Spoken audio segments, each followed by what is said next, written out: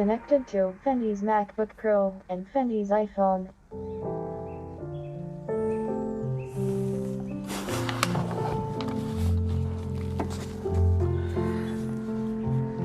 Ya, baik, shalom Bapak Ibu sekalian. Senang sekali bisa menjumpai saudara di program Fendi Menyapa di episode yang ke-68 hari ini.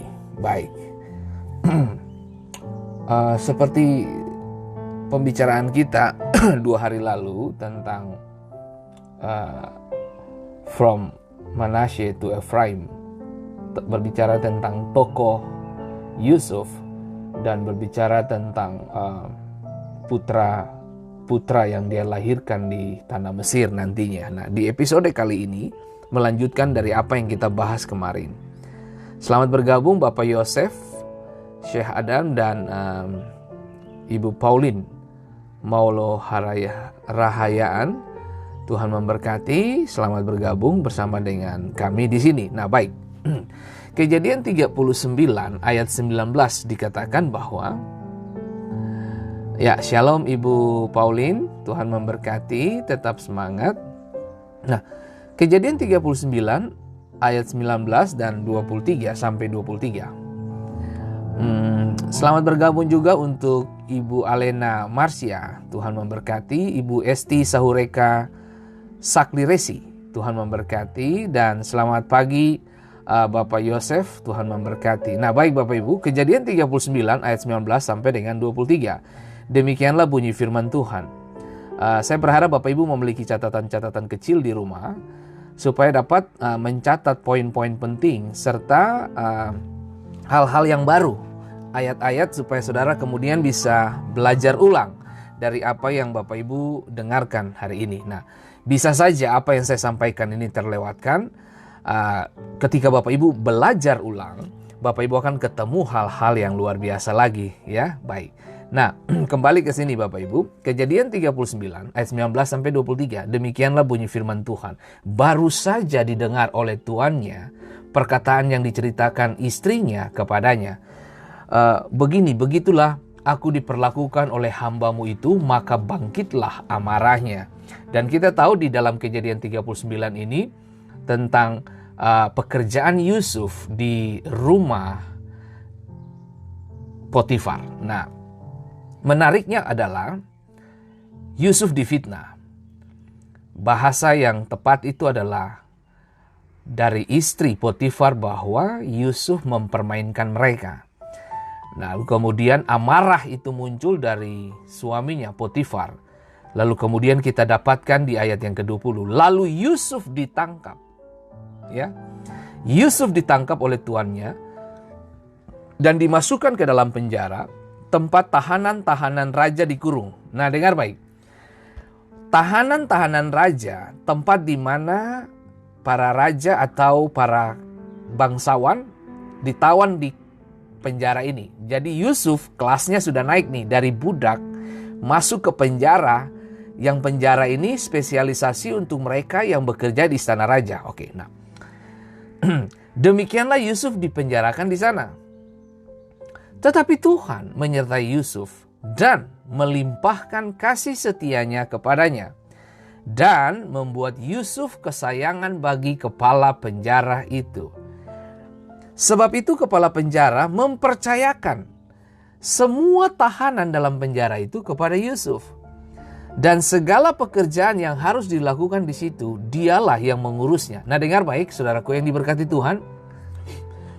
Tempat penjara ini saja itu sudah menjadi spesial, artinya sudah menjadi khusus begitu. Nah, kenapa? Karena dikatakan tempat-tempat tahanan raja dikurung. Nah, berarti penjara ini sudah menjadi penjara yang khusus buat mereka yang kaum bangsawan begitu ya. Nah, oke. Di ayat yang ke-23 dikatakan, dan kepala penjara tidak mencampuri segala yang dipercayakan kepada Yusuf karena Tuhan menyertai dia. Kemarin saya beritahu kepada saudara dari Kejadian pasal 39 ada 4 kali frase ini disebutkan, yaitu Tuhan menyertai Yusuf. Yusuf disertai Tuhan. Ini keren banget. Nah, dengar baik saudaraku yang diberkati Tuhan. Disertai Tuhan itu cukup untuk menjelaskan siapa Anda sebenarnya. Disertai Tuhan itu cukup untuk membuat setiap mulut yang tidak memiliki kepentingan Tuhan akan terdiam. Kenapa? Karena kehadiran Allah dalam kehidupan Anda itu cukup menjelaskan siapa Tuhan dan siapa kamu. Itu penting. Nah, kelas baru yang dihadapi oleh Yusuf adalah penjara. Dan kita tahu bahwa untuk pertama kali kata penjara itu disebutkan di Kejadian 39 ini. Kasusnya tuh Yusuf. Dan kemudian kita dapati penjara kemudian mendatangi beberapa para rasul Yesus Kristus. Seperti Petrus, kemudian Silas, dan kemudian Paulus. Dan baik Bapak Ibu. Nah, penjara selalu menghasilkan orang-orang yang tidak biasa. Penjara selalu menghasilkan orang-orang yang memiliki kualitas hidup yang di atas rata-rata. Dan saya sadar betul bahwa, dengar ya, kalau saya berbicara penjara tidak serta-merta harus menjurus kepada saudara harus masuk penjara dulu baru saudara jadi hebat. Enggak. Tapi ada banyak dari sisi kehidupan kita yang seperti menjadi penjara bagi kita. Ya toh? Nah, tapi baik, mari kita bahas dan kita bedah ini pelan-pelan dulu Bapak Ibu ya. Oke. Kelas yang baru bagi Yusuf adalah penjara. Nah, beberapa dari kita mengalami luka-luka dari tuduhan palsu yang datang untuk kita dalam beberapa waktu belakangan ini. Beberapa dari kita mungkin mengalami tuduhan-tuduhan itu dan saudara seperti terjepit, saudara seperti kehilangan akal, saudara seperti kehilangan tujuan hidup karena terasa bahkan terkesan semua dunia bangkit melawan Anda. Dan saudara seperti tersudutkan dan masuk ke dalam penjara ketakutan dan sebagainya. Nah baik, mari kita bedah ini pelan-pelan. Tahukah saudara bahwa penjara itu salah satu bentuknya adalah, salah satu bentuk dan tujuan adalah membunuh karakter. Pembunuhan karakter adalah salah satu tantangan yang paling sulit manusia dapat menghadapinya. Penjara itu seperti pembunuhan karakter. Dan tahukah saudara, di penjara inilah Yusuf terkesan mulai menyerah dan berharap kepada manusia. Di penjara. Tapi itulah yang saya bilang.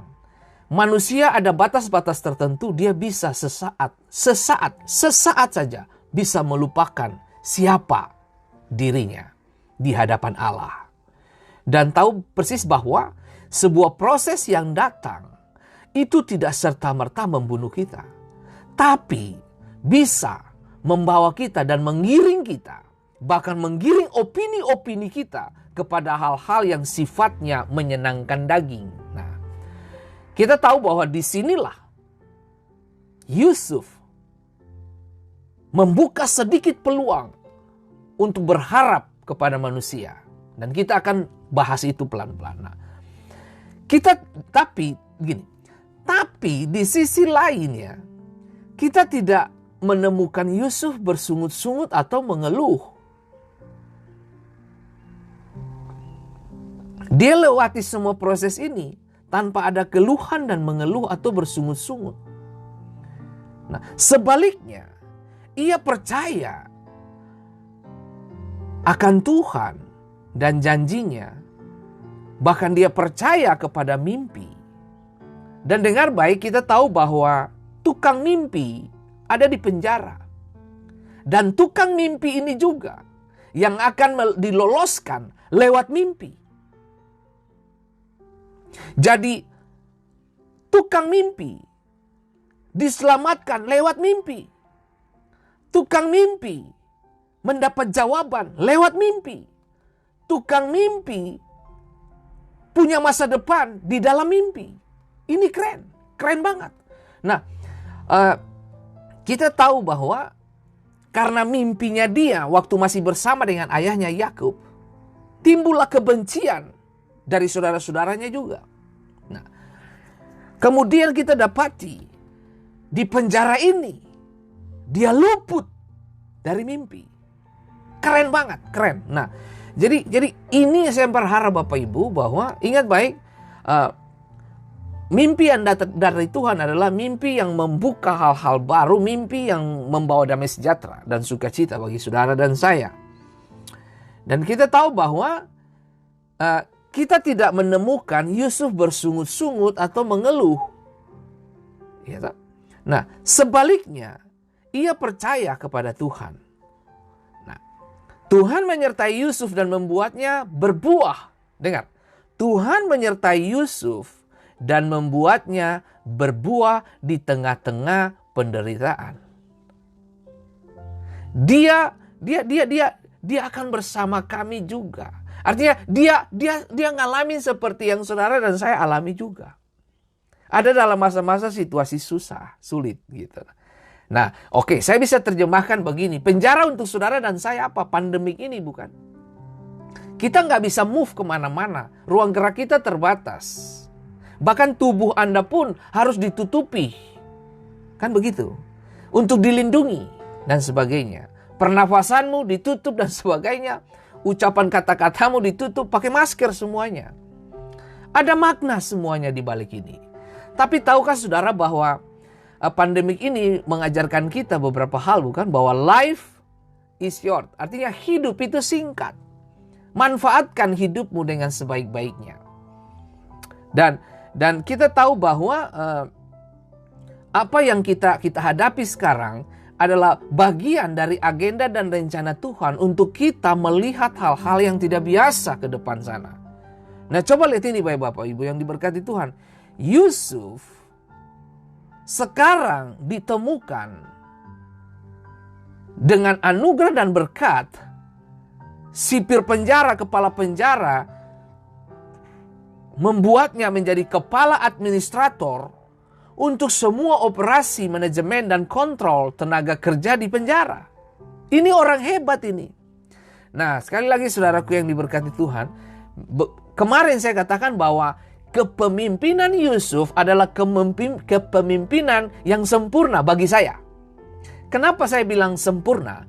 Karena dia mulai dari mengawasi rumah, kemudian dia ada di penjara dan ngontrol orang-orang nakal. Nah, orang-orang yang kena disiplin raja, disiplin bangsawan, disiplin manajemen bangsawan dan sebagainya. Dan kemudian nanti dia masuk pada level berikut adalah dia dipromosikan Tuhan. Nah, ya tak? Nah, status Yusuf telah berubah sekali lagi. Dia tadinya dia telah pergi dari ayahnya menjadi anak kesayangan. Kemudian kita dapati dia diubah menjadi budak favorit. Kemudian dia menjadi favorit eksekutif.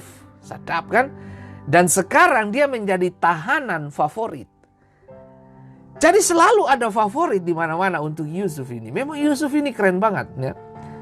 Nah,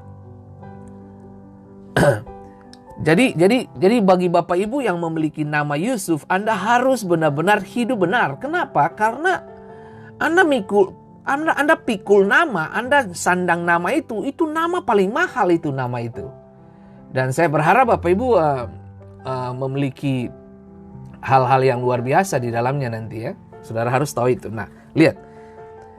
Ia menjadi berbuah melalui penderitaan tuduhan palsu.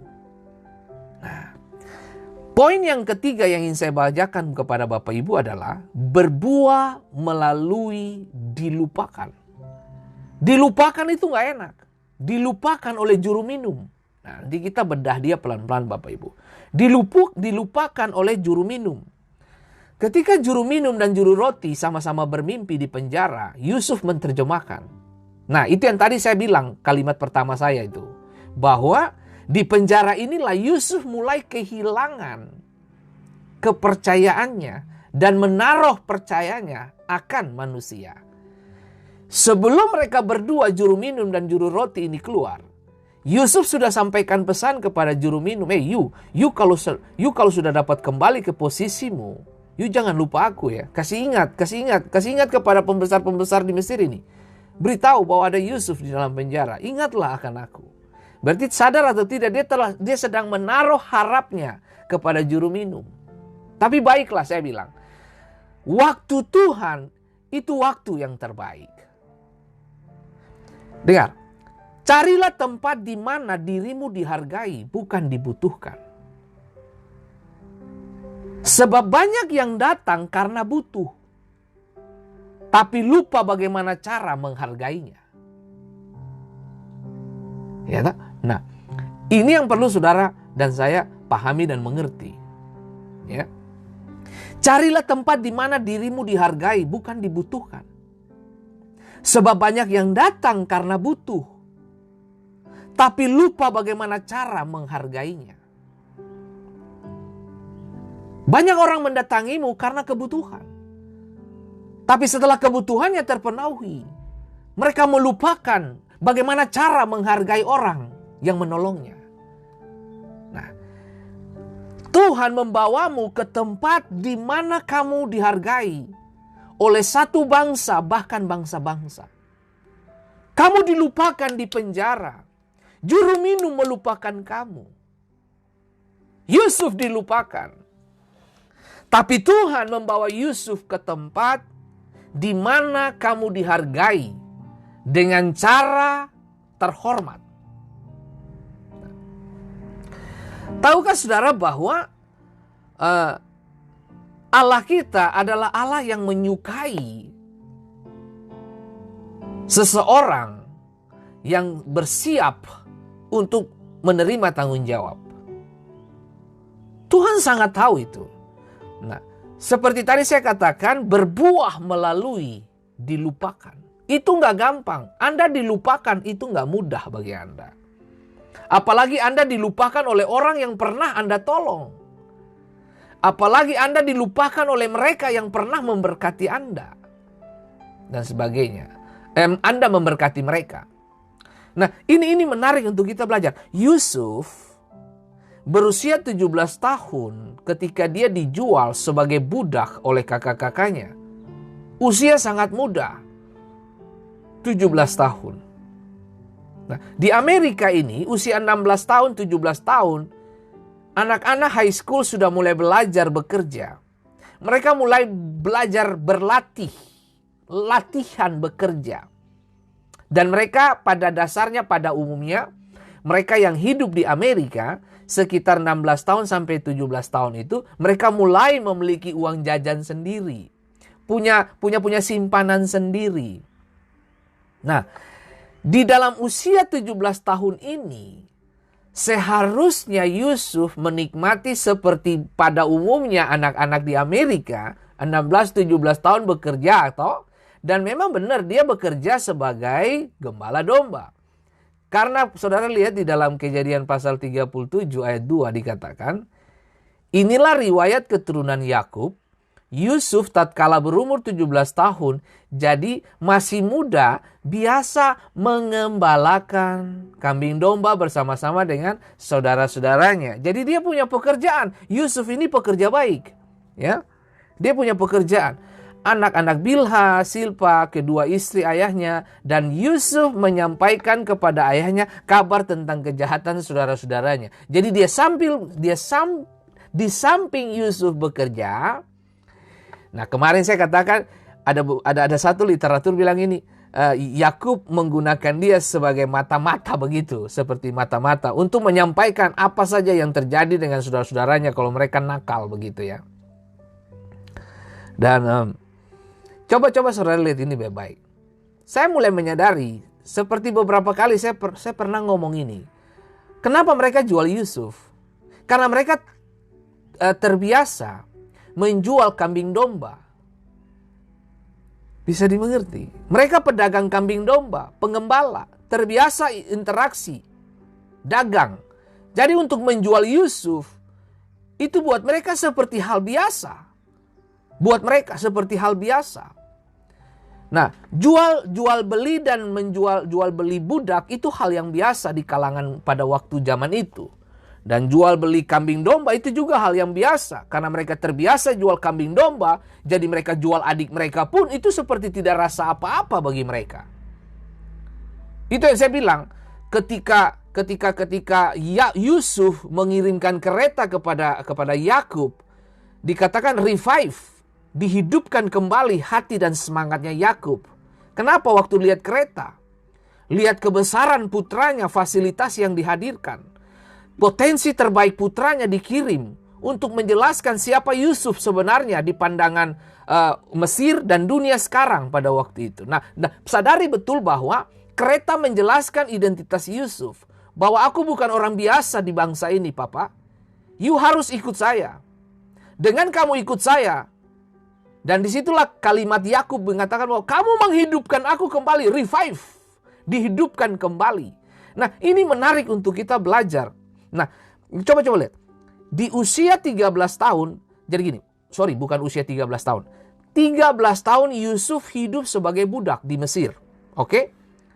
Dan 3 tahun terakhir, ia hidup dalam penjara. Ketika Allah mengangkatnya kepada posisi kehormatan, kepemimpinan, mendampingi Firaun pada usia 30 tahun. Nah, ini saya berharap Bapak Ibu bisa cernain ini. Karena saya akan bedah ini benar-benar bedah gitu. Kita operasi nih ayat. Nah, dia di ayat yang di ayat yang 30 lagi. Kepemimpinan pada usia 30 tahun ketika Yusuf berhadapan dengan Firaun. Yusuf tetap setia kepada Allahnya. Penyerahannya ini dibuktikan di dalam nama Ibrani kedua putranya. Nanti kita akan bahas itu ya. Nah, Kejadian 41 ayat 46 menjelaskan. Yusuf berumur 30 tahun ketika ia menghadap Firaun. Perhatikan kata ini. Yusuf berumur 30 tahun. Ya. Ia menghadap Firaun, raja Mesir itu. Maka pergilah Yusuf dari depan Firaun, lalu dikelilinginya seluruh tanah Mesir. Hal pertama dia ketemu Firaun di usia berapa? 30 tahun. Lalu fase berikutnya dikatakan gini, lalu dikelilinginya Yusuf seluruh tanah Mesir. Artinya Firaun sedang memberitahu kepada Yusuf, ini wilayah you bakalan kendalikan. You bakalan memimpin. Oke, nah. Kemudian kita dapati bahwa Firaun sendiri yang mengatakan bahwa yang membedakan kita berdua hanyalah tahta ini. Tapi dengar baik. Firaun punya tahta. Tapi Firaun sudah tidak punya cincin. Firaun punya cincin. Cincin Firaun itu ada di Yusuf. Nah, lihat. Arti kata 30. Dikatakan tadi di dalam Kejadian 41 ayat 46. Yusuf berumur 30 tahun ketika ia menghadap Firaun.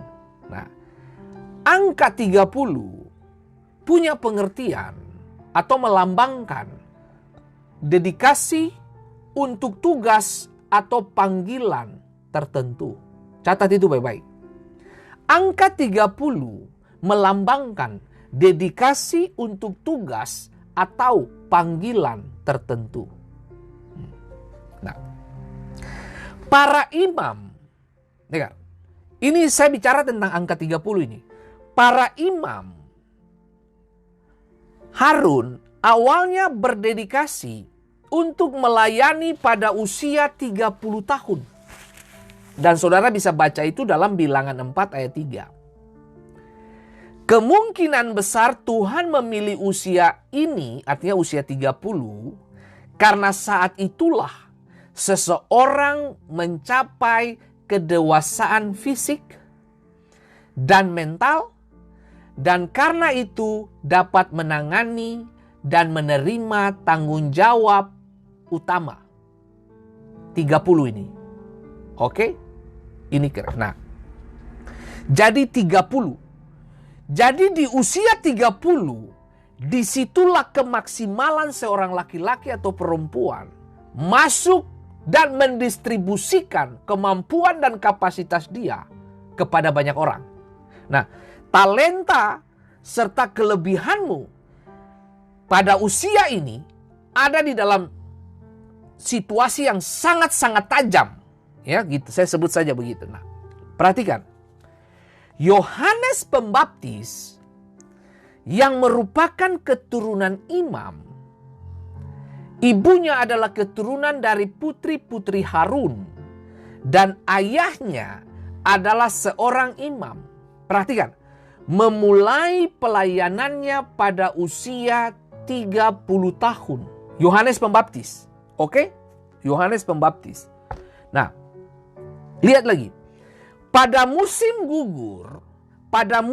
gugur tahun 26 Masehi, pada usia 30 tahun, Yesus Kristus mulai memberitakan Injil di depan umum. Lukas pasal 3 ayat 23. Pelayanannya berlangsung selama 3,5 tahun. Pada usia berapa? 30 tahun. Halo? Ya, mulai pelan-pelan Bapak Ibu.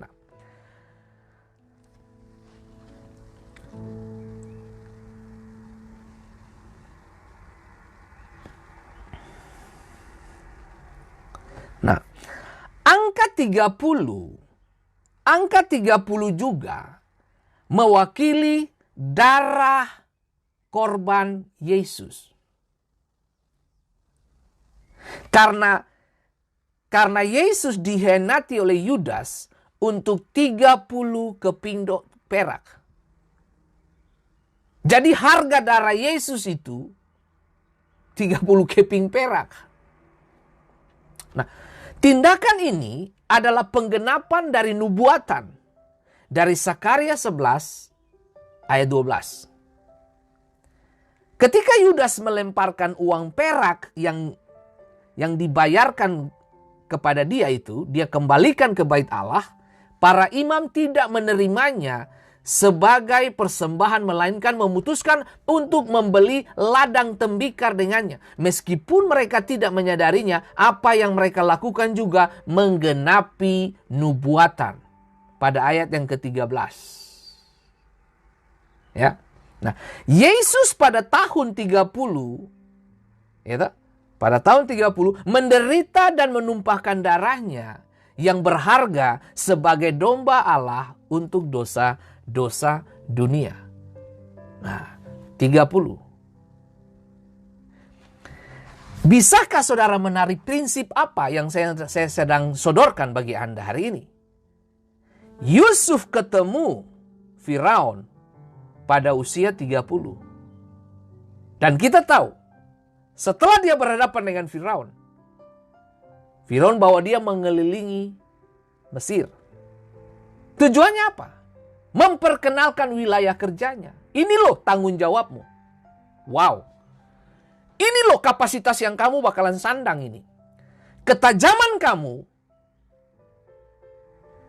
akan masuk dan melakukan perubahan besar atas Mesir. Selalu ingat, Firaun boleh berkuasa, tapi berpengaruh itu ada di Yusuf. Firaun punya tahta, tapi Yusuf punya cincin. Firaun punya tahta, tapi Yusuf punya roti. Firaun punya kuasa, tapi dia tidak punya kuasa untuk memerintahkan ekonomi Mesir dan dunia pada waktu itu. Tapi ekonomi dunia ada di tangan Yusuf. Ini gila, keren banget. Tuhan kalau bermain itu, aduh cantik men, cantik. Tuhan permainannya begitu smooth, cantik banget, aduh. Keren banget, keren. Nah, kalau saudara pingin lihat lagi. Nah, coba saudara lihat ini lagi. Nabi Yehezkiel 1 ayat 1. Perhatikan kata ini. Pada tahun ke-30, garis bawah itu 30. Pada tahun ke-30, dalam bulan yang keempat, pada tanggal 5 bulan itu, ketika aku bersama-sama dengan para buangan berada di tepi sungai Kebar, dengar ya, di tahun itu 30 itu, Alkitab bilang begini, terbukalah langit. Nah, kalau Alkitab berkata terbukalah langit, itu berarti terbuka pewahyuan sorga kepada bumi. Intervensi sorga kepada bumi akan terlihat di situ. Yesus dibaptis di usia 30 tahun itu.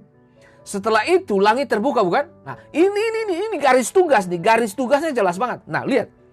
Terbukalah langit dan aku melihat penglihatan tentang Allah. Aduh. Yusuf ketemu Firaun 30 tahun. Usianya 30 tahun. Waktu Yusuf menerjemahkan mimpi dan mengutarakan maksud Tuhan lewat mimpi Firaun ini, kalimat itu jelas dari mulut Firaun. Adakah kita ketemu manusia bijaksana dan berhikmat seperti orang ini? Lalu dilantiklah Yusuf menjadi penguasa atas Mesir. Dengar, saya mau kasih tahu buat saudara hari ini. Kalau hari ini Anda belum dipromosi, Anda belum dilihat oleh orang banyak, sabar. Jangan panas. Sabar. Tunggu waktunya Tuhan, bukan waktunya kamu. Yusuf berharap di rumah Potifar dia sudah aman. Fasilitas mantap, men. Dia punya jubah. Walaupun kasar, tapi ada tubuh yang ditutupi oleh jubah pemberian. Karena posisi sebagai kepala rumah tangga di Potifar. Dia bersenang-senang dan berbangga di situ. Cuma tekanan batin juga karena diganggu terus sama tante Potifar. Tapi oke lah. Itu di rumah Potifar. Dia punya jubah yang kasar. Tapi begitu di Firaun, jubah halus, men. Beda. Kelas sudah beda. Kenapa saya bilang kelas beda? Karena proses membuat kamu matang dan dewasa. Kematangan seseorang akan semakin terlihat dan semakin dijanjikan dan semakin punya kuasa kalau kamu tidak keluar dari proses. Proses itu baik. Nah, dengar baik. Orang kalau ikut gym atau fitness itu, Anda datang hari pertama, otot-ototmu rusak semua. Sakit di mana-mana. Maaf ya, mau duduk beol, pipis juga sakit semua. Kenapa? Karena semua ditarik begitu. Seperti dirangsang untuk duduk di tempat yang benar dengan posisi dan struktur yang bagus dan membentuk tubuh yang oke begitu. Saya pernah gym. Dan hari pertama Mama Mia udah gak bisa duduk, men. Nah, tapi itu kalau kamu menyerah, ya kamu gak dapat hasil. Nah, ini yang saya mau bilang. Hal spiritual pun begitu. Kamu berharap hari ini kamu berdoa, besok datang. Di mana-mana itu doa butuh waktu untuk menjelaskan. Nah, di mana-mana, dengar. Kalau Tuhan tugasnya jawab doamu pas kamu doakan 5 menit, 5 menit kemudian dapat jawaban, ada kemungkinan besar kamu tidak menghargai. Kenapa? Karena segala sesuatu yang dapat dengan mudah akan pergi dengan mudah. Gitu. Sesuatu yang dapat dengan mahal, dengan kesulitan, saudara menghargai dan menghormati. Nah, kita tahu bahwa barang gratis sering kita tidak hormati. Tapi kalau barang itu kamu beli dengan keringat, kamu hormati dia. Buang pun sayang. Gitu loh. Gitu. Berapa banyak dari ibu-ibu suka sama daster robek? Hah? Daster yang sudah robek pun saudara masih bisa pakai. Padahal itu mengganggu pandangan suamimu, tapi kamu suka. Kenapa? Karena kamu beli dengan keringat. Sudah biar, pakai terus gitu. Nah, manusia kita kan model begitu toh. Nah, tapi oke lah. Kenapa kita khotbah? Kenapa pengajaran ini sampai di daster ya? Oke. Nah, baik. Coba lihat. Saudara lihat ini lagi. Jair, nomor 30. Jair, salah satu. Jair salah satu hakim-hakim Israel yang digambarkan dalam Alkitab. Memiliki 30 putra. Dia cukup kaya, tidak hanya untuk memberi mereka masing-masing kuda untuk ditunggangi, tetapi juga memberi mereka masing-masing kota dengan 30. Total 30. Jadi masing-masing anak dapat kota nih. Gila, keren banget, kaya men. Nah, ini yang saya bilang. di usia 30 di mana Anda dipercayakan kekayaan-kekayaan besar. Di usia 30 potensi terbaikmu sedang dilancarkan dan dikeluarkan. Dan sungguh sangat menyedihkan kalau kita di usia 30 terus kita nggak bisa bikin apa-apa gitu loh.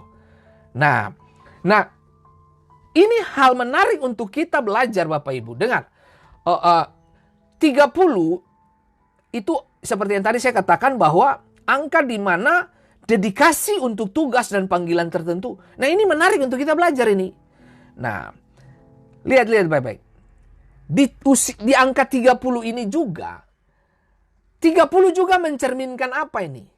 Menjawab tantangan. Nah, Simpson seorang hakim Israel, ya toh? Dia hidup dari tahun 1085 sampai dengan 1065 sebelum Masehi, menawarkan hadiah 30 lembar dan 30 pakaian ganti kepada 30 pria jika mereka menjawab teka-tekinya. 30. Nah, ini saya bilang, di usia 30 ini, di angka 30 ini, seharusnya kita berpotensi besar dan terbaik. Kita sudah bisa mengerjakan hal-hal yang tidak biasa. Gitu. Ini di usia di mana saya sebut saja potensi terbaik kita di explore, dikasih keluar gitu ya. Oke, mari kita pelan-pelan Bapak Ibu. Nah, dalam Kejadian 41 ayat 39 kata Firaun kepada Yusuf, oleh karena Allah telah memberitahukan semuanya ini kepadamu, tidaklah ada orang yang demikian berakal budi dan bijaksana seperti engkau. Itu Firaun. Dengar. Kalimat Firaun itu jelas. Tidaklah ada orang yang demikian berakal budi dan bijaksana seperti engkau.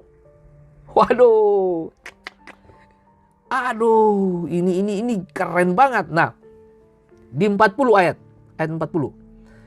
Engkaulah menjadi kuasa, dengar. Engkau menjadi kuasa atas istanaku. Dan kepada perintahmu seluruh rakyatku akan taat. Mamayo. Hanya tahta inilah kelebihanku daripadamu.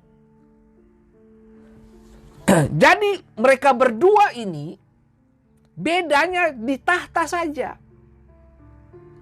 Tapi seperti tadi saya katakan, Firaun punya tahta, tapi cincin ada di jari Yusuf.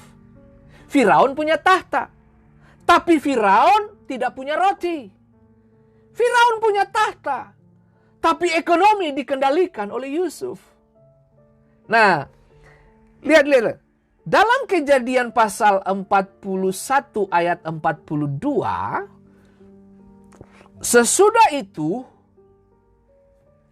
Firaun menanggalkan cincin meterainya dari jarinya. Ingat, dia lepas cincin meterai dari jarinya. Berarti cincin sudah pindah ke Yusuf, ya toh? Kemarin kayaknya saya bahas itu juga. Mengenakannya pada jari Yusuf. Dipakaikannya lah kepada Yusuf apa? Pakaian daripada kain halus. Dan digantungkan kalung emas pada lehernya. Aduh, ini fasilitas macam apa begitu luar biasa ini. Aduh, Anda bisa bayangkan. Sebelum dia dijual, ayahnya Yakub memberikan dia jubah indah. Wow, kepada putranya Yusuf. Itulah membuat kebencian dan kecemburuan iri hati dari saudara-saudara. Nah, kemarin kan saya ada 2 hari lalu saya sempat bilang kan, pemberian itu memicu peperangan saudara, bukan begitu? Kebencian muncul di antara mereka, ketidaknyamanan gitu. Nah, dengar baik, saya kasih tahu. Waktu dia dijual, dia pindah, jubahnya diambil, ya toh? Kemudian dia ganti jubahnya lagi dengan apa? Jubah yang kasar. Di mana? Di rumah Potifar. Jubah yang indah yang dikasih Yakub kembali bersamaan dengan lumuran darah. Dengan bahasa saudara-saudaranya, Yusuf diterkam binatang buas. Kita tahu itu. Nah, Sampai di Potifar dia pakai jubah yang kasar. Begitu dia masuk sampai ke Firaun, sudah bukan yang kasar, yang halus. Lenan halus. Aduh, lenan halus.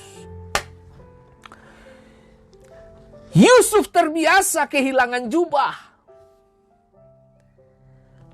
Apa yang hilang dari kamu, Tuhan ganti. Jubah indah ayahku, mereka ambil. Bajuku di rumah Potifar itu diambil oleh istri Potifar. Aku terbiasa kehilangan baju. Aku kehilangan jubah. Hari ini dalam nama Yesus saya mau beritahu kepada Bapak Ibu. Kalau ada orang yang mengambil jubah kamu. Kalau ada orang yang mengambil sepatu kamu. Kalau ada orang yang mengambil posisimu.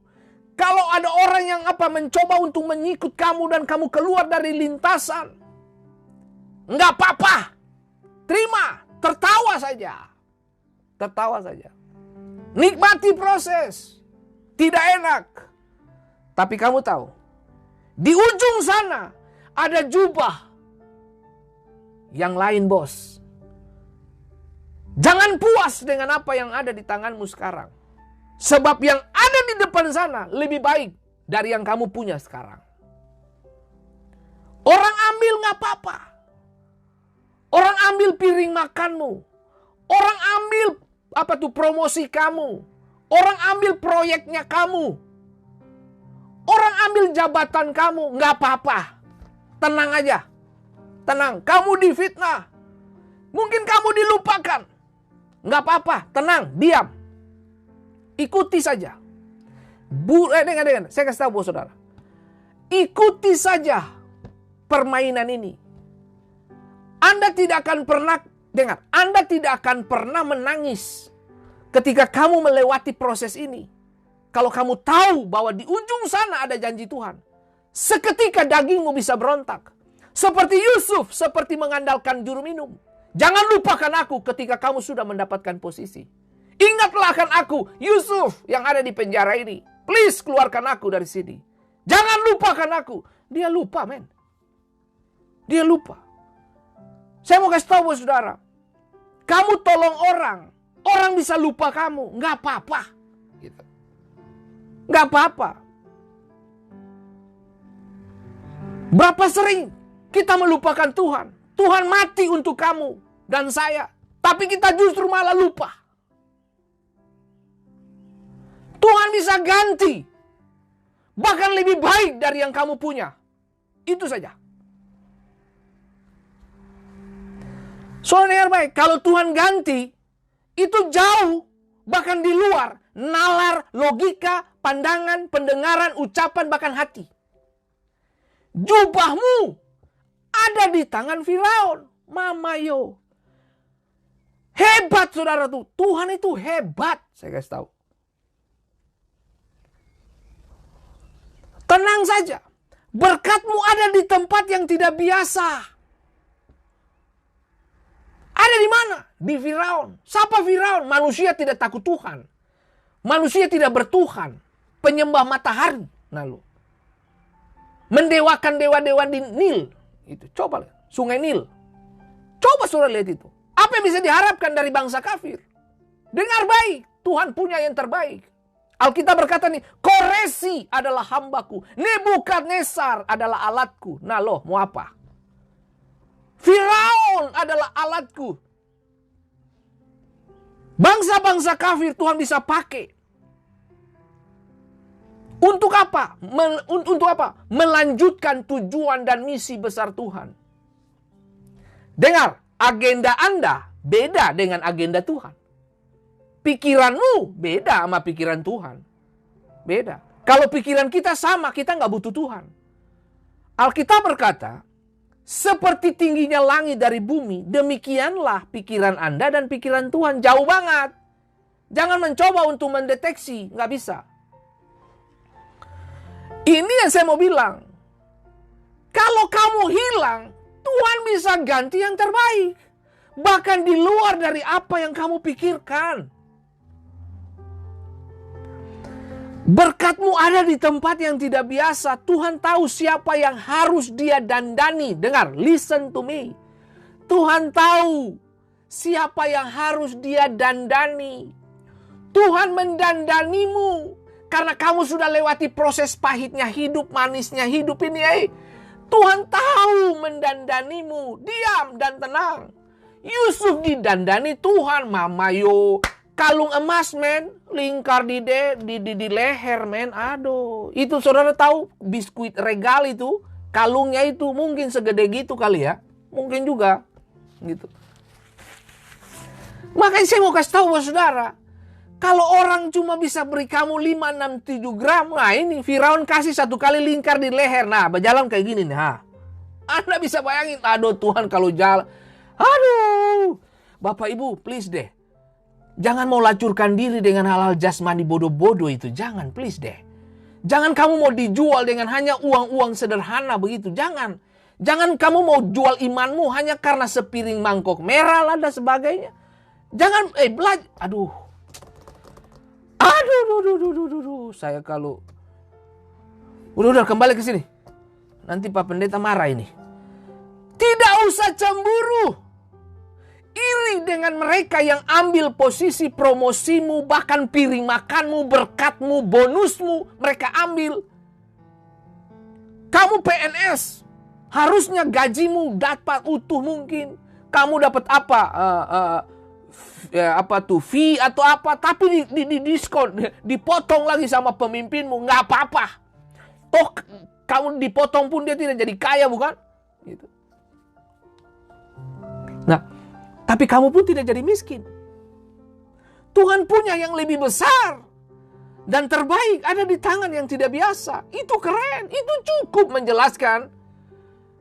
Dengar Bapak Ibu yang diberkati Tuhan, please deh, jangan main-main dengan hidup ini. Nikmati saja proses, gitu. Saya tahu semua proses itu nggak gampang, nggak enak. Tapi justru di situ Tuhan ingin menghadirkan hal-hal yang tidak biasa.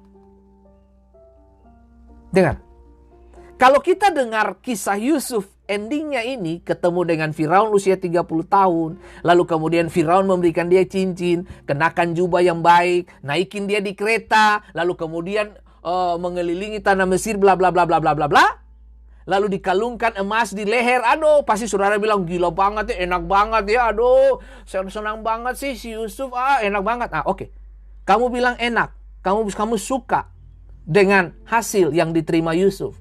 Sekarang saya tanya, kamu suka nggak proses yang dia hadapi? Itu aja. Kita suka kemuliaan, tapi kita tidak suka proses. Kita suka promosi, tapi kita tidak suka belajar. Kita suka berhasil, tapi kita tidak suka menerima tantangan hidup. Apa sih kita ini? Kita mau semuanya gampang. No. Dengar baik. Ikut Yesus itu ngeri-ngeri sedap. Saya kasih tahu. Ngeri-ngeri sedap. Sedapnya di mana? Waktu kamu diberkati. Nggak sedapnya di mana? Waktu diproses. Nah itu. Nah, mendengar apa yang dialami Yusuf asik bukan? Asik banget. Asik banget. Dan membanggakan bukan?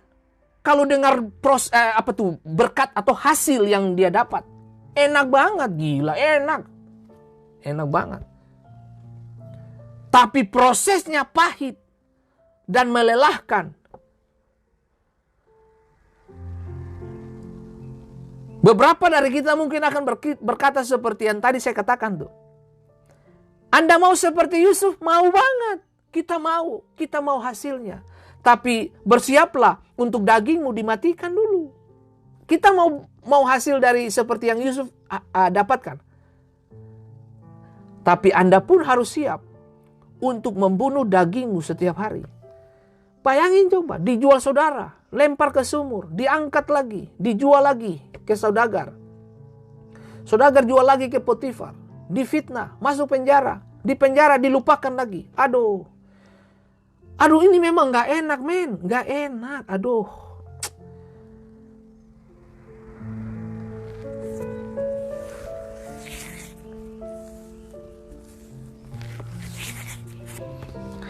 Status Yusuf berubah. Dari anak kesayangan papa menjadi budak favorit Potifar. Eksekutif favorit di rumah itu. Kemudian dia menjadi tahanan favorit. Kepala penjara menyukai dia dan memberi tanggung jawab untuk administrasi, penata kelola semuanya. Dia yang urus penjara itu. You tugas bersihin kaca. Oke? You tugas spell. Oke? You tugas bersihin jendela-jendela bla bla bla bla bla bla bla bla bla. Itu tugas Yusuf, bukan cuma itu. Bikin administrasi. Pendistribuan makan minum semua diurus sama Yusuf. Coba saudara lihat. Sekarang Firaun angkat dia menjadi apa? Diplomat favorit. Wow. Anak muda yang mendengarkan program ini, saya mau kasih tahu buat Anda. Jangan bunuh potensi kamu. Pak Pendeta, proses mahal. Nggak apa-apa hadapi. Karena, dengar, Indonesia membutuhkan pemimpin model Anda yang harus lewati proses. Orang mahal, orang hebat lahir bukan dari kemudahan. Orang mahal, orang hebat, orang terbaik lahir karena tekanan hidup. Kamu orang yang tepat untuk menyelesaikan persoalan bangsa. Negara ini memerlukan Anda, anak muda. Jangan buang-buang waktumu. Persiapkan dirimu, belajar lebih banyak. Kalau teman-teman kamu pergi malam mingguan di luar, nggak apa-apa itu mereka. Tapi 10 tahun ke depan mereka datang minta minuman dari kamu. Mereka datang minta gaji, minta makanan dari kamu. Mereka datang minta pekerjaan dari kamu. Gak apa-apa kalau kamu menghabiskan waktumu di dalam kamar belajar, menghabiskan waktumu di tempat sekolah, menghabiskan waktumu dalam pendidikan. Gak apa-apa. Belajar bos, belajar. Belajar bos. Orang lain gak lihat, gak apa-apa. Gak penting. Persiapkan dirimu. Tapi aku lagi diproses, gak apa-apa. Dengar baik. Anda mau next level? Anda mau new class? Lewat ujian.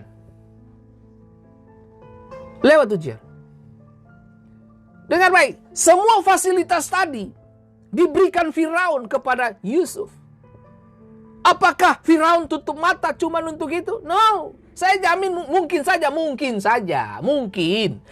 Firaun dengar, ini orang masuk penjara gara-gara difitnah oleh Potifar, pengamal raja di istana. Gara-gara istrinya goda-goda dia. Aduh. Mungkin saja Firaun dengar. Dengar mungkin. Kan Firaun sebelum angkat dia, Firaun kan interview dulu. Wawancara 4 mata. Gimana? You punya pengalaman masa lalu gimana? Kenapa sampai kau di penjara? Iya nih si istri Potifar. Mungkin saja mereka ada cerita di balik layar ini toh. Bahwa iya nih istri Potifar men. Ganggu-ganggu gua melulu gitu. Firaun tangkap lah. Firaun bilang, oh berarti oke lah, saya tahu. Oke. Di ayat yang ke-50 dari Kejadian pasal 41, kita dapati kalimat ini. Sebelum datang tahun kelaparan itu, lahirlah bagi Yusuf 2 orang anak laki-laki yang dilahirkan oleh Asnat, anak Potifar imam di On. Dengar baik. Lalu kemudian Firaun memberikan siapa? Asnat. Asnat ini siapa? Anak dari Potifera, imam di On. Dia bilang, aduh, supaya kamu jangan diganggu-ganggu oleh istri-istri Potifar lagi yang lain, saya kasih kamu Asnat. Sadap, men. Oh, men, aduh, sadap betul. Wow. Sama seperti Saul tawarkan kepada rakyat militer Israel, toh. Siapa yang kalahkan Goliat, gue kasih anak perempuan gue. Pajak bebas, bla bla bla. Iya tak? Tapi itulah saya bilang. Ini dapat, men. Dapat Asnat, men. Waduh. Memang Om Yusuf ini luar biasa. Uncle Yusuf the best in the world. Oke. Kejadian 41 ayat 51. Yusuf memberi nama Manasye kepada anak sulungnya itu. Sebab katanya, Allah telah membuat aku lupa sama sekali kepada kesukaranku dan kepada rumah Bapakku. Wow. 52. Dan kepada anaknya yang kedua diberinya nama Efraim, sebab katanya Allah membuat aku mendapat anak dalam negeri kesengsaraanku. Aduh. Saudara dengar baik, dengar. Kepemimpinan pada usia 30 tahun itu, Yusuf tetap setia. Dia melayani Firaun dan Mesir. Dan kita tahu bersama bahwa setelah didengar oleh bangsa-bangsa Kanaan bahwa Mesir ada gandum, dengar baik, siapa yang bikin? Yusuf man, Yusuf keren. Siapa yang nama Yusuf di sini mesti hidup seperti Yusuf di Alkitab ya. Gitu. Jangan Yusuf yang tukang rayu perempuan, Yusuf tukang kacau di luar, jangan ya. Gitu. Mesti jadi Yusuf yang takut Tuhan, oke? Gitu. Nah, lihat.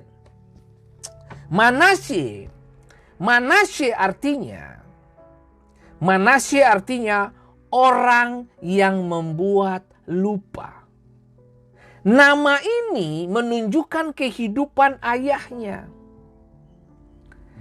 Kehadirannya membuat ayahnya melupakan semua rasa sakitnya. Jadi Manasye lahir, rasa sakit yang dialami Yusuf, tahun-tahun kesukaran 13 di mana tuh?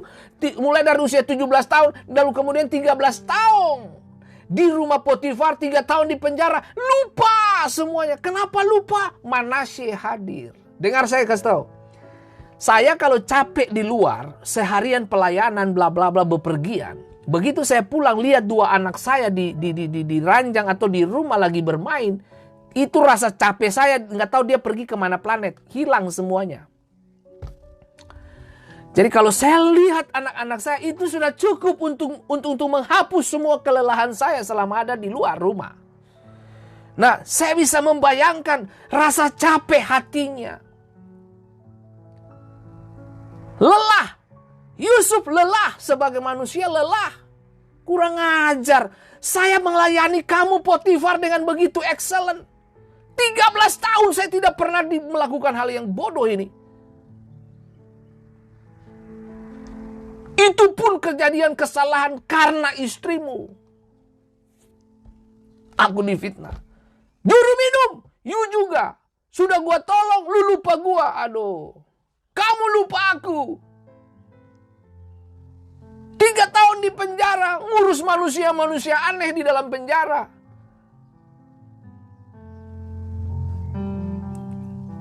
Rasa sakit semua tadi itu pergi. One by one, satu demi satu pergi. Gak ada yang tersisa di situ. Nah, anak yang kedua, ini gila. Anak kedua namanya keren banget gitu. Ini keren. Efraim. Efraim artinya berbuah ganda. Berbuah ganda. Wow. Berbuah ganda. Berkat yang dialami oleh Yusuf di tanah Mesir itu berkat di atas rata-rata. Dan saya tahu persis akan menimbulkan kecemburuan besar bagi pemimpin-pemimpin yang lain di sekitar Firaun. Ini tiba-tiba dari penjara langsung jadi orang nomor 2 Mesir. Ini ngeri-ngeri sedap. Ini manusia siapa? Cuman itu yang saya bilang. Ketajaman ilahi datang pada musim dan waktunya, menumpulkan, bahkan membuat ketajaman dunia menjadi mundur dan tidak punya alasan untuk menyerang balik. Wow. Tuhan kalau bikin sesuatu, Anda nggak perlu bertanya terlalu lama, nggak usah. Kalau Tuhan so atur itu, you cuma jalani. Nah, dengar. Potifera artinya dia yang diberikan Ra. Ra itu dewa mataharinya bangsa Mesir. Imam besar dari dewa matahari di kota On. Jadi Yusuf dikasih anak untuk anak dari Potifera ini namanya Asnat, dikasih Asnat, itu anaknya imam dewa matahari. Pasti saudara akan berpikir, Pak Pendeta, berarti kita bisa menikah dong dengan orang yang tidak seiman. Buktinya Yusuf. Nah, saudara harus tahu dulu, ada agenda besar Tuhan di dalam. Jangan lihat di sisi ini, tapi lihat tujuan Tuhan apa.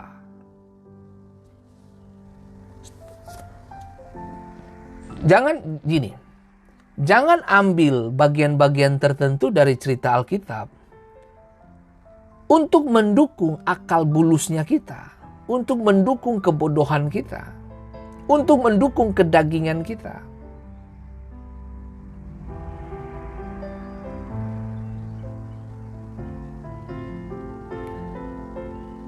Asnat, dengar, Asnat artinya milik Dewi Neid.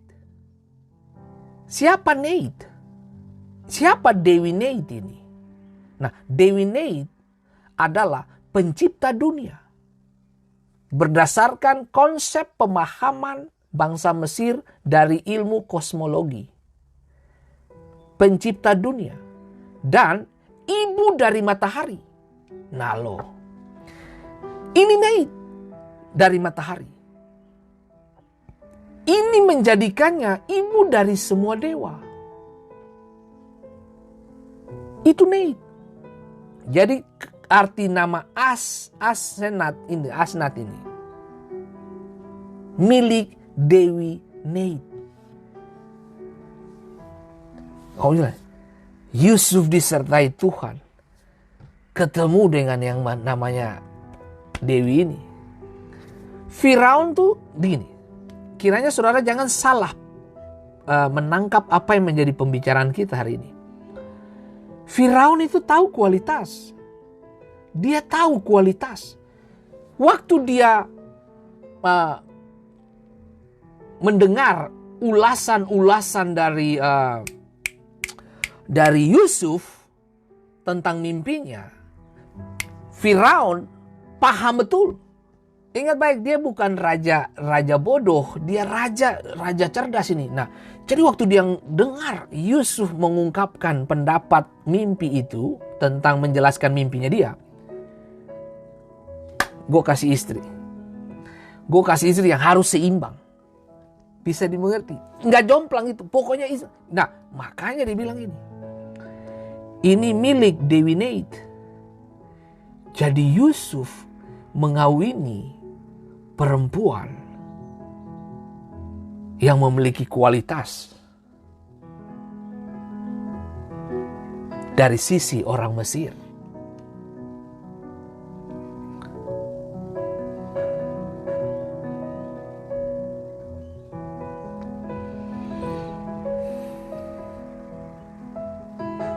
Saya sudah bilang buat Bapak Ibu, lihat garis besarnya. Lihat cerita utuhnya. Jangan hanya bagian-bagian.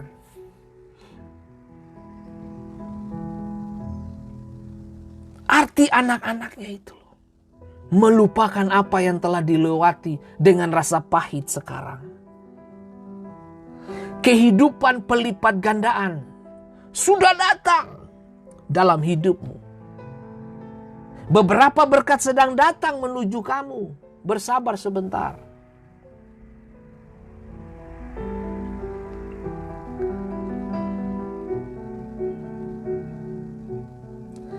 Pelipat gandaan yang saya maksudkan adalah tidak hanya kepada materi, tapi lebih kepada kehidupan hati yang semakin berbuah.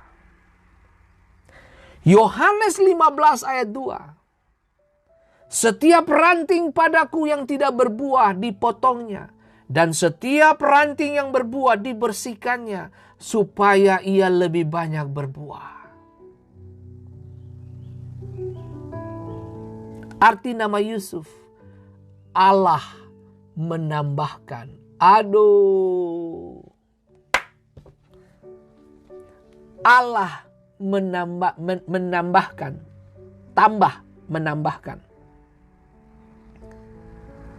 Aduh, Tuhan keren banget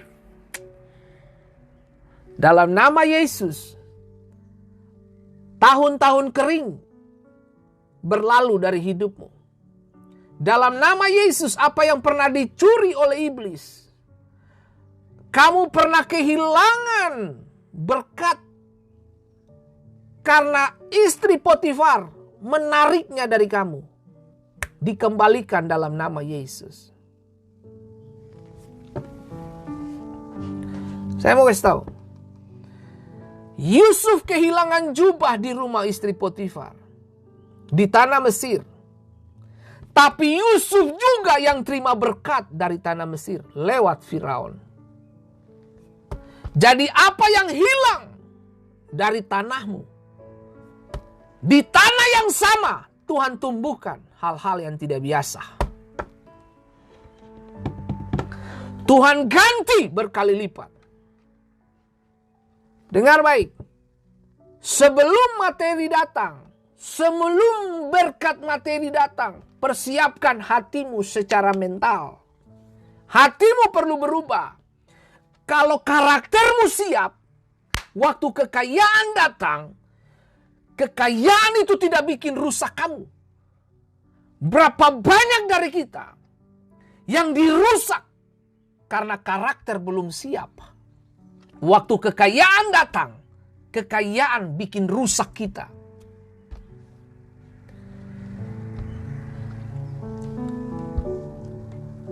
Cinta akan uang adalah kejahatan. Uang tidak salah, tapi cinta akan uang. Apa definisi cinta? Menaruh hati lebih dari yang utama. Kamu kehilangan esensi hidup.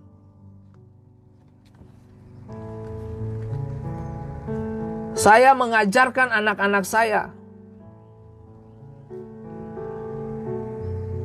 untuk belajar berbagi kepada orang. Dan mereka tahu itu.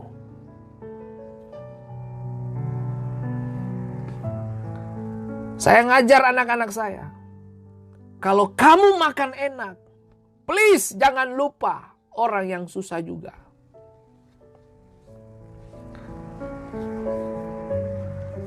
Tuhan mengoperasikan Yusuf.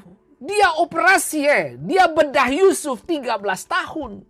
Dari rumah Potifar hingga penjara, ditolak, difitnah, tuduhan palsu, dilupakan.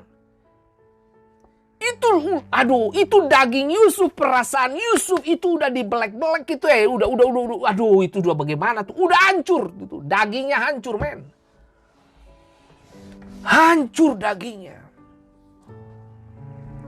Cerita berlanjut di Kejadian 40, kepala juru minum dan kepala tukang roti raja dilemparkan ke dalam penjara sama seperti Yusuf. Disinilah mulai ada cahaya kecil yang diperlihatkan Tuhan. Hasil akhirnya adalah bahwa kepala juru minum itu kembali kepada posisinya. Sementara juru roti mati. Tapi juru minum melupakan Yusuf. Itu yang saya bilang. Dengar. Kejadian 40 ayat 23.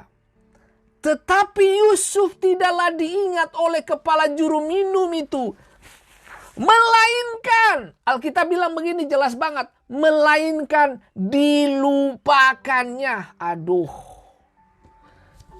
Selama 2 tahun Yusuf dilupakan oleh juru minum. Yusuf belajar berbuah melalui penderitaan yang dilupakan. Aduh. Mengharapkan manusia itu adalah kehidupan yang sia-sia. Mengharapkan manusia sama dengan pukulan tanpa arah. Bahkan dalam kitab Yeremia dikatakan, you berharap manusia, you terkutuk. Semakin dekat dengan penggenapan janji Tuhan, jangan terburu-buru melepaskan pengharapanmu kepada manusia. Sedikit waktu lagi yang terbaik dari Tuhan diberikan. Yusuf sudah mulai capek di sini. Dia udah mulai capek. Bahasanya kelihatan, Bapak, dia sudah mulai capek. Sudah dengar baik. Aduh.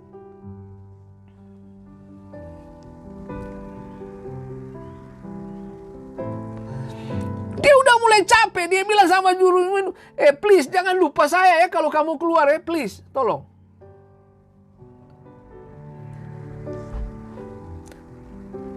Bagaimana dengan kita sekarang, Bapak Ibu? Hah? Kita sudah telah berupaya dan kerja keras.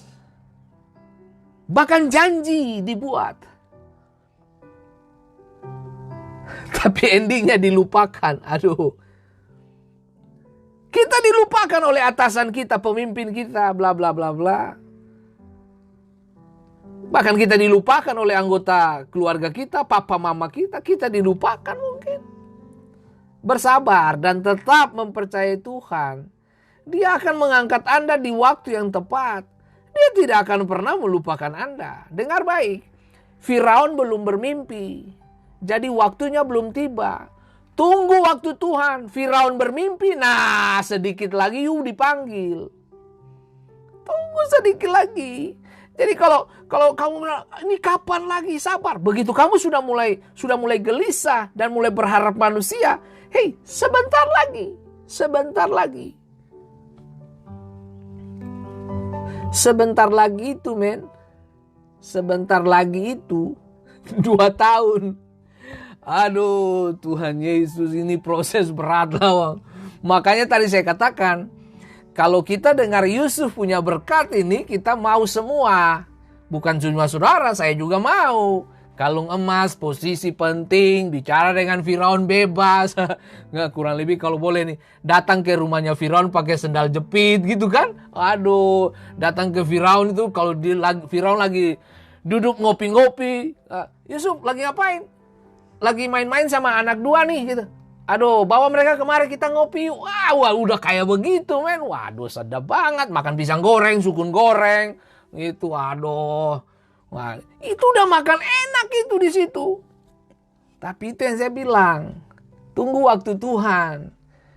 Nah, waktu Tuhan kapan itu? Tunggu Firaun belum bermimpi. Tunggu Firaun bermimpi dulu, bos. Nah, begitu dia mimpi. Tunggu. Lalu Pak Pendeta, bagaimana kita tunggu Firaun bermimpi? Kapan Firaun bermimpi? Ya sudah, bahasanya tunggu. Lalu bagaimana? Suruh Firaun tidur tempo-tempo. Suruh dia tidur tempo sedikit. Jangan tidur larut malam. Jangan itu begadang. Jangan. Suruh Firaun tidur lebih awal begitu kan? Tapi mari saya kasih tahu saudara. Kalau Tuhan pegang kendali, you nggak usah urus Tuhan dah. Dengar baik. Kita ini ciptaan. Kita ikuti agenda pencipta. Bukan kita urus pencipta. Kau turun dulu biar saya atur cuaca. Kau siapa yang bisa atur-atur Tuhan? No. Biar sudah agenda Tuhan yang atur. Semuanya bakalan oke. Nah, mungkin juga kamu dilupakan karena ulah kamu sendiri. Bisa dimengerti. Jadi mungkin saja Yusuf dilupakan karena ulahnya Yusuf sendiri. Kalau kamu keluar, sudah punya posisi, jangan lupa ingat-ingat kita ya. Ingat kita no. Ingat kita. Ingat baik. Di penjara ini, saya yang urus kamu. Saya kasih kamu makanan tepat waktu, minuman pada waktunya, semua. Saya urus kalian punya jadwal pekerjaan, semua saya urus. Jangan lupa ya. Yang terakhir, kamu mesti ingat. Mimpi kamu saya tafsir bagus loh ya. Juru minum, dengar. Kalau kamu keluar, jangan lupa aku. Sudah ada deal-deal begitu kah? Tapi yang saya bilang, mungkin juga kamu dilupakan karena ulah kamu sendiri. Karena kamu terlalu berharap kepada juru minum Yusuf. Jadi makanya kamu lama sedikit 2 tahun. Itu 2 tahun lama men di dalam penjara. Itu kuliah D2 itu, diploma 2 itu. Gitu. Nah, dengar baik.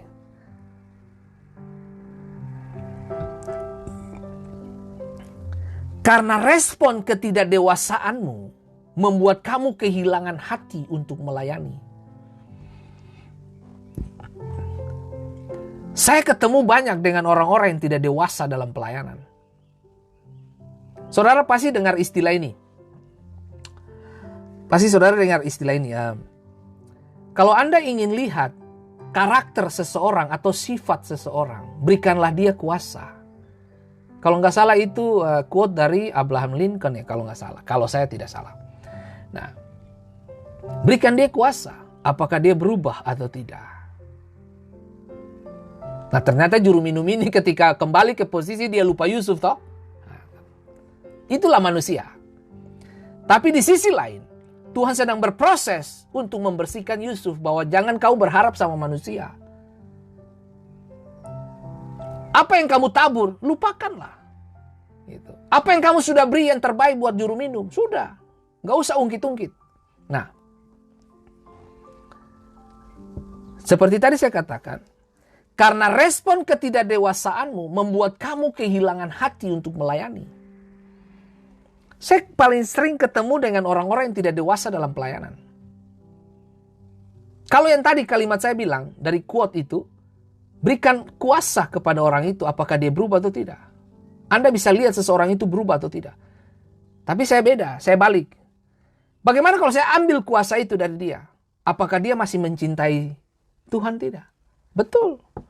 Waktu dalam kepemimpinan saya ambil beberapa posisi di dalam pelayanan dari orang-orang tertentu. Saya akan lihat, wah berarti orang ini berubah. Berarti kamu bertahan di sebuah organisasi dan kamu bertahan di sebuah gereja, di sebuah pelayanan karena posisi. Tapi ada orang-orang tertentu yang saya ambil, dia tetap konsisten. Ini orang yang gampang dipercaya. Kasih dia kepercayaan, kasih dia tanggung jawab. Itu saudara. Anda ingin lihat kemurnian seseorang? Coba saudara ambil dia punya jabatan sebentar. Dia masih setia nggak sama kamu? Itu. Itu berat Bapak Ibu. Itu berat. Yesus tinggalin sorga. Dia tinggalin kemuliaannya. Dia tinggalin kemuliaan. Dia tinggalin kemuliaan. Dia jadi hamba. Mengosongkan diri. Mengambil rupa sebagai seorang hamba. Dia kehilangan reputasi. Gitu. Tapi dia tetap berdiri di bawah kehendak Allah. Dan dia bawa dirinya sampai kepada penyaliban. Itu hebat.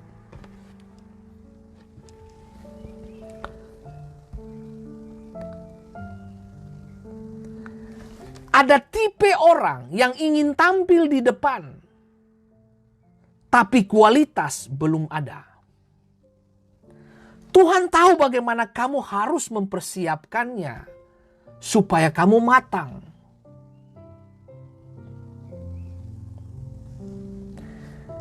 Kamu bisa nyanyi, bukan berarti lalu kamu bisa melayani. Belum tentu, bos.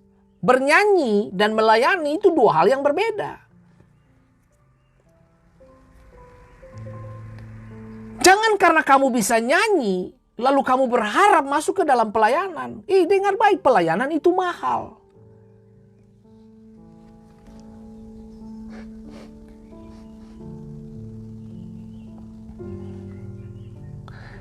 Makanya kenapa banyak orang melayani di gereja, kecewa banyak. Kenapa? Karena kamu melihat menyanyi itu sebagai saluran hobi. Salah. Melayani itu bukan hobi. Melayani itu korban. Tempat di mana kamu dibunuh bisa dipahami. Tempat di mana dagingmu kehabisan. Kehabisan keinginan itu pelayanan. Kalau kamu masih pingin disanjung-sanjung, kamu bukan melayani. Nyanyi aja di kamar mandi. Gitu. Nah, kamu melayani itu mahal. Kenapa orang gampang sekali tersinggung dalam pelayanan? Karena kamu lihat pelayanan hobi. Kalau orang ini tidak setuju dengan hobi saya keluarlah. Lu kamu kira? Makanya saya tertawa dengan orang-orang yang tidak dewasa kayak begini. Ketidakdewasaan membuat kamu hancur. Di mana? Di depan mesbah Tuhan. Pelayanan tuh butuh kedewasaan, butuh waktu dan korban diri, bayar harga.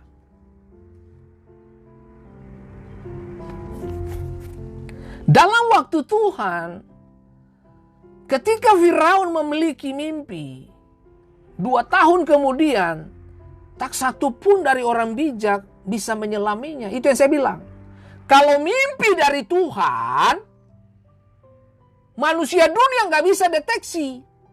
Mimpi dari Tuhan dideteksi oleh manusia Allah. Yusuf yang dikirim bisa dimengerti. Makanya kan kita ini mimpi supaya dapat angka. Nah, setan kasih. Kamu, gimana sih manusia? Jangan hidup di dalam perjudian. Alkitab jelas mencatat, uang pendapatan yang kamu dapat dengan cepat akan pergi juga dengan cepat.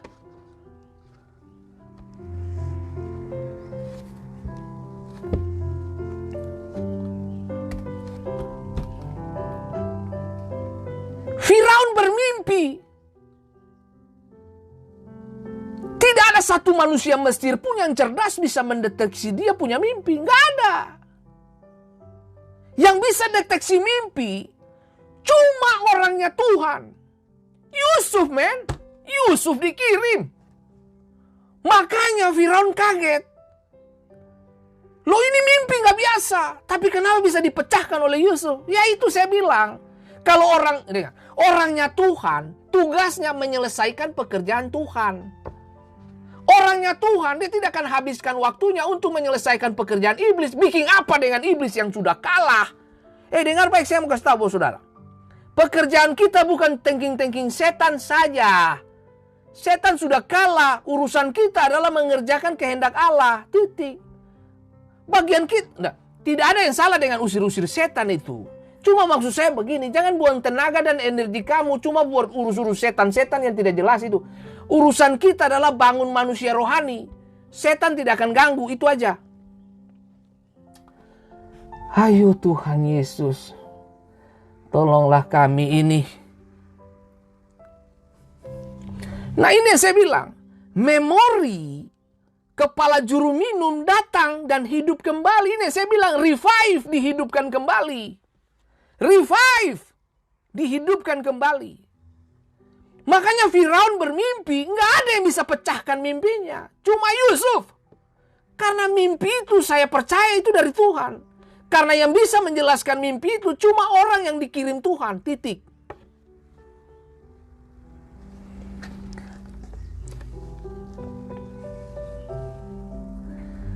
Yang ajaib lagi, memori juru minum dikembalikan. Apa? Mengingat Yusuf. Itu yang saya bilang, ini yang saya bilang, in God's time. Dalam waktu Tuhan. Dalam waktu Tuhan. Aduh. Jangan paksa pintu yang masih tertutup. Kalau Tuhan belum buka, jangan kau paksa. Nanti kau capek. Akhirnya kau mundur. Santai saja. Berenanglah di dalam kehendak dan rencananya. Jangan pakai agendamu, nanti kau kecewa. Dengar baik ya. Jangan kerjakan kehendak Allah dengan kehendak manusia kamu. Jangan menyelesaikan perkara-perkara ilahi dengan perkara-perkara dagingmu. Yang gak nyambung lah. Firaun itu dikasih mimpi itu supaya Yusuf menjelaskan. Apa buktinya? Semua orang Mesir cerdas di situ nggak mampu menjelaskan mimpi. Ah, itu dia. Berarti ini mimpi hanya bisa dijelaskan oleh orangnya Tuhan. Itu sudah. Ini mengakibatkan dia merekomendasikan kemampuan Yusuf dalam menafsir mimpi.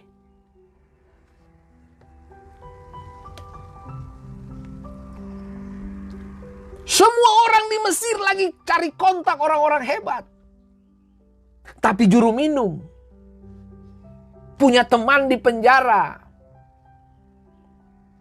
Dia kontak, dia telepon. Ini Yusuf, sudah 2 tahun saya lupa dia ini. Nomor teleponnya masih simpan gak ya? Sadap. Kalau zaman sekarang nih, SMS, WA, Messenger, voice call, voicemail, apa segala dia sudah pakai. Ini nomornya ganti gak ya? Dia telepon, Yusuf. Oh, ternyata nomormu masih ada. Dipanggil lah ke istana, men. Yang terjadi apa? Dia beberkan. Makanya kalimat Yusuf bilang begini, hebat sekali kau ya, bisa menjelaskan mimpi, kata Firaun. Yusuf jawab gini, bukan aku Tuhan, bukan aku Tuhan Firaun, tapi Allah yang membukakannya bagiku. Nah itu makanya saya bilang, Allah mungkin melakukan hal yang sama untuk Anda dalam cara yang tak terduga dan di tempat yang berbeda. Selamat menikmati bos, dilupakan itu baik, bilang dirimu. Aku dilupakan, itu baik bagi jiwaku. Setelah menafsirkan mimpi raja yang akurat, Yusuf dibebaskan dari penjara, men. Dan dipromosi ke posisi yang tertinggi. Orang nomor 2 Mesir. Pada usia berapa? 30 tahun. Dia juga diberi tugas besar untuk menyelamatkan bangsa Mesir. Mama yo. Mulai berlatih dari rumah istri Potifar. Berlatih mulai dari mana? Di penjara, dan sekarang dipercayakan istana dan Mesir. Nah loh. Saudara bisa bayangkan ya. Waktu Yusuf menjadi Perdana Menteri atau nomor 2 orang Mesir yang mengendalikan ekonomi Mesir. Saudara bisa sadar nggak, itu kira-kira istri Potifar yang ganggu dia itu datang beli gandum. Datang beli gandum toh. Ya. Yusuf mau beli gandum. Itu kira-kira gimana itu? Itu apa yang ada di benak istri Potifar itu? Kurang asam ini laki-laki ya. Gue lempar dia ke penjara, gue belum dapat dia punya tubuh. Dia so jadi Perdana Menteri. Aduh. Dia megang perut kita lagi. Aduh, Anda bisa bayangin coba. Oh man. Ayo Tuhan Yesus tolong kita ini ya.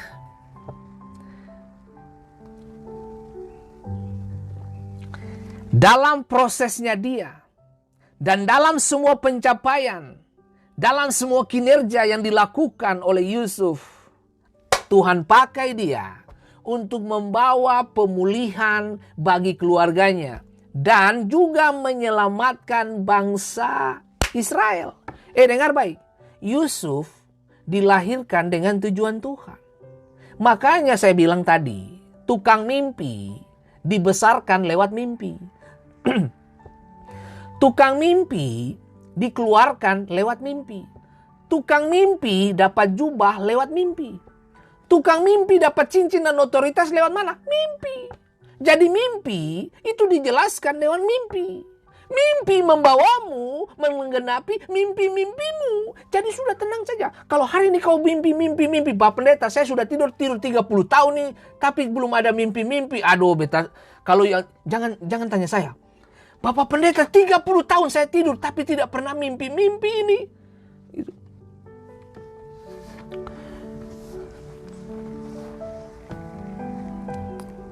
Halo. Pokoknya kalau belum dapat jawaban Tuhan, sudah tenang aja, diam dulu. Tuhan, kapan Firaun mimpi ini? Hah? Kapan pemimpin saya mimpi ini? Kapan penguasa negara ini mimpi? Kasih mereka mimpi Tuhan. Panggil saya. Nah itu sedap itu. Itu sedap. Gitu, nah. Lihat. Saat ia disebutkan kepada saudara-saudaranya, dengar.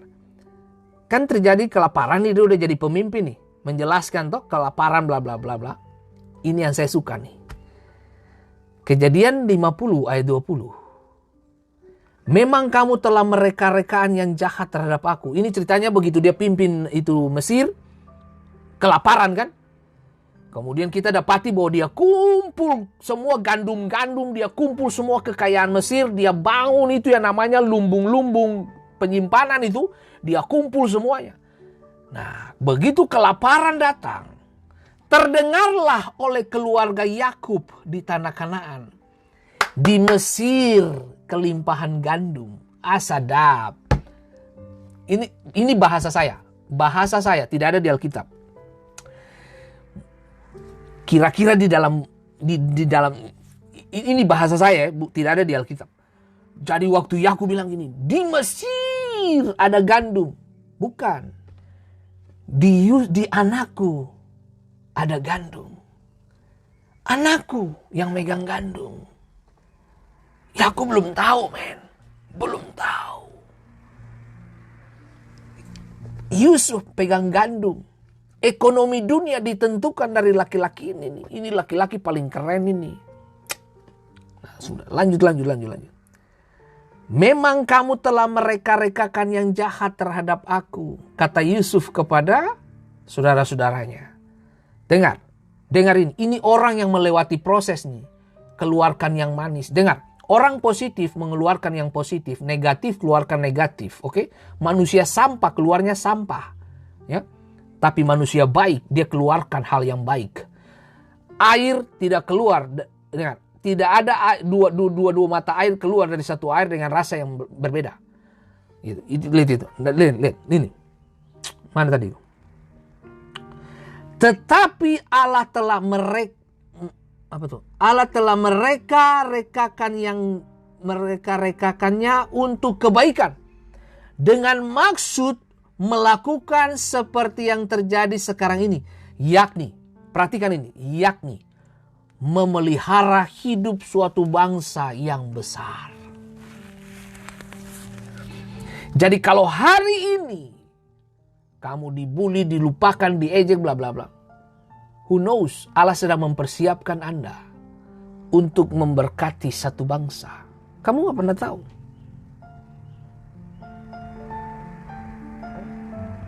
Beberapa dari kita tidak harus jadi seperti Yusuf, kan?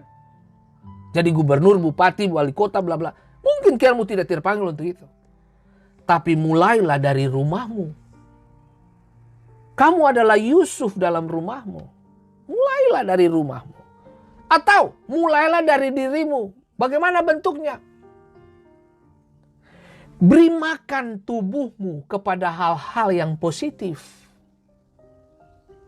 Berikanlah kupingmu mendengarkan hal-hal yang positif. Kelolalah tubuhmu, kelolalah hidupmu dengan hal-hal yang positif. Bukan juga sampai situ, saudara.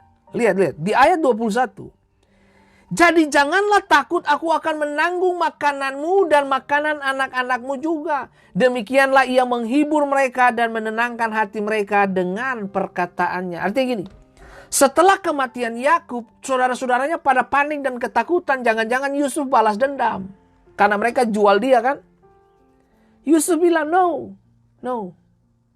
Ini yang orang sudah lulus dari proses nih. Hasilnya begini nih. Jangan takut. Aku tanggung makan minummu, ekonomimu, pendidikan anak-anakmu, aku tanggung. Tahukah saudara, waktu Yakub datang diberikan Goshen. Tahukah Goshen? Itu di bagian delta Sungai Nil. Itu tanah paling subur di Mesir. Memang jauh dari istana. Dia seperti terpisah. Memang sengaja dipisahkan karena 10 tulah akan datang. Dan Goshen tidak terhampiri oleh 10 tulah. Aduh, gila, keren banget. Tuhan bermain begitu cantik banget. Cantik sekali. Allah dapat melakukan hal yang sama untuk Anda dan saya. Dan benar-benar membuat kita berbuah melalui penderitaan-penderitaan yang kita lewati. Jangan buang penderitaanmu. Hadapi tekanan hidup. Hadapi proses. Semua orang gak suka. Seperti tadi saya katakan. Orang suka dengan hasil dari yang Yusuf capai. Tapi orang tidak suka dengan proses yang dihadapi Yusuf. Kita suka menonton orang yang berhasil. Tapi begitu minta, mau gak lewati proses ini? Gak mau. Makanya berapa ibu saya kasih tahu saudara. Ada ijazah tembak. Iya toh? Ijazah tembak, apalagi sertifikat tembak, itu kan tidak lewati proses. Makanya mau masuk surga pun Nggak ada namanya ijazah tembak, sertifikat tembak, punya orang dalam. Nggak ada. You harus lewati proses.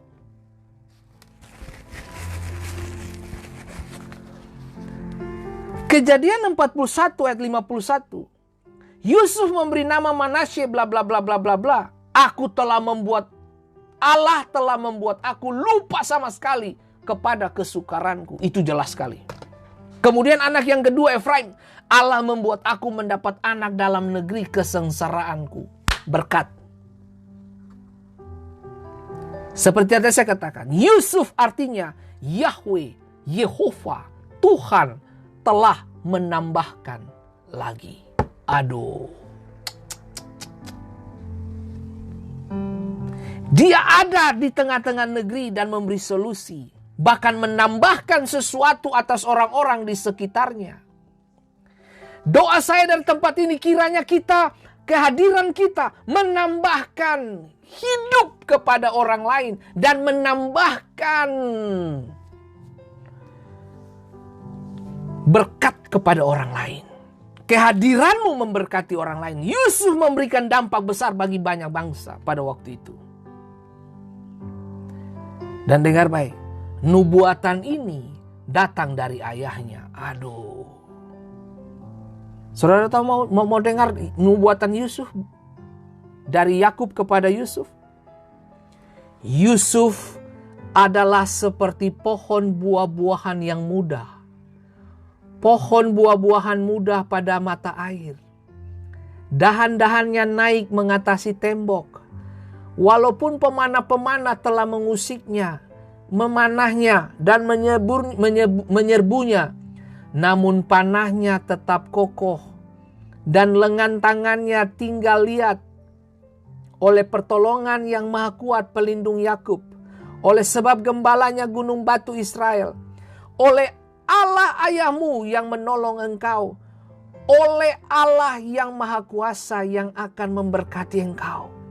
Dengan berkat dari langit di atas dan dengan berkat samudera raya dan letaknya di bawah. Dengan berkat buah dada dan kandungan. Berkat ayahmu melebihi berkat gunung-gunung sejak dahulu. Yakni yang paling sedap di bukit-bukit yang berabad-abad. Semua itu akan turun ke atas kepala Yusuf. Ke atas batu kepala orang yang teristimewa di antara saudara-saudaranya. Aduh. Itu nubuatan Yakub, men. Kereta dikirim untuk menjemput Yakub. Nubuatan dikirim dari Yakub kepada Yusuf. Hasilnya beda. Nubuatan itu digenapi. Wow.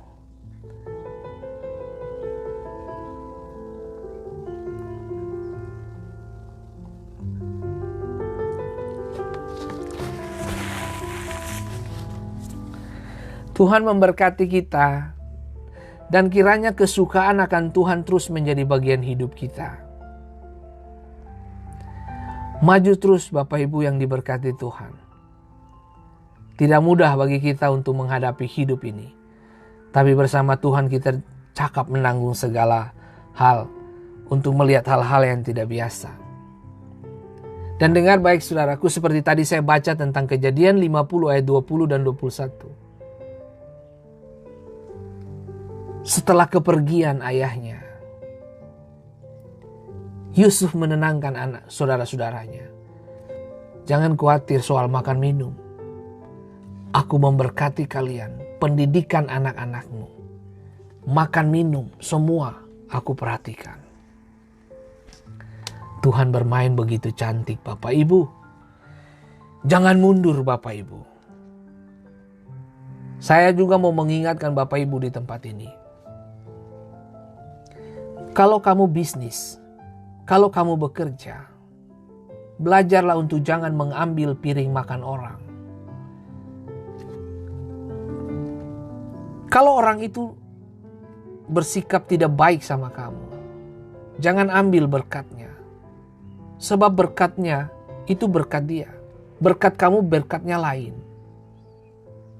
Jangan ambil ladang orang. Jangan ambil berkatnya. Jangan ambil bonusnya. Jangan.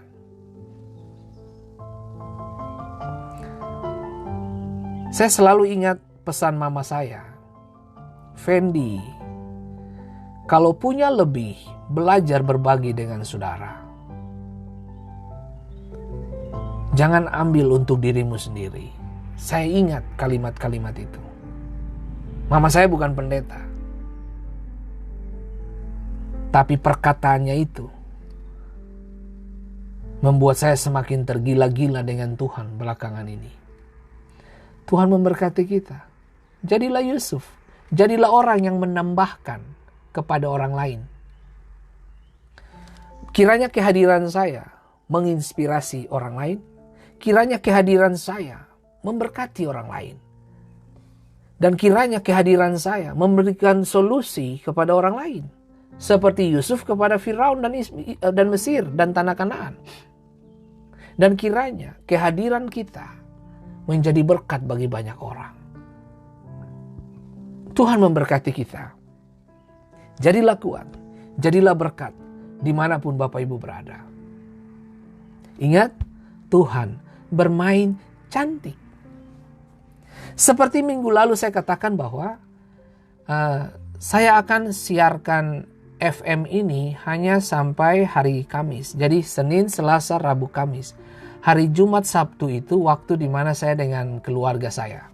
Dengan anak istri saya. Karena di Amerika ini, summer itu, musim panas ini begitu sangat dimanfaatkan gitu. Artinya keluarga-keluarga pada kumpul dengan istri anak, bertamasya keliling kota, ya. Kemudian jalan kemana-mana untuk nikmati kebersamaan. Itu penting ya. Hei Bapak Buce Papuling, apa kabar? Bapak Pendeta yang diurapi.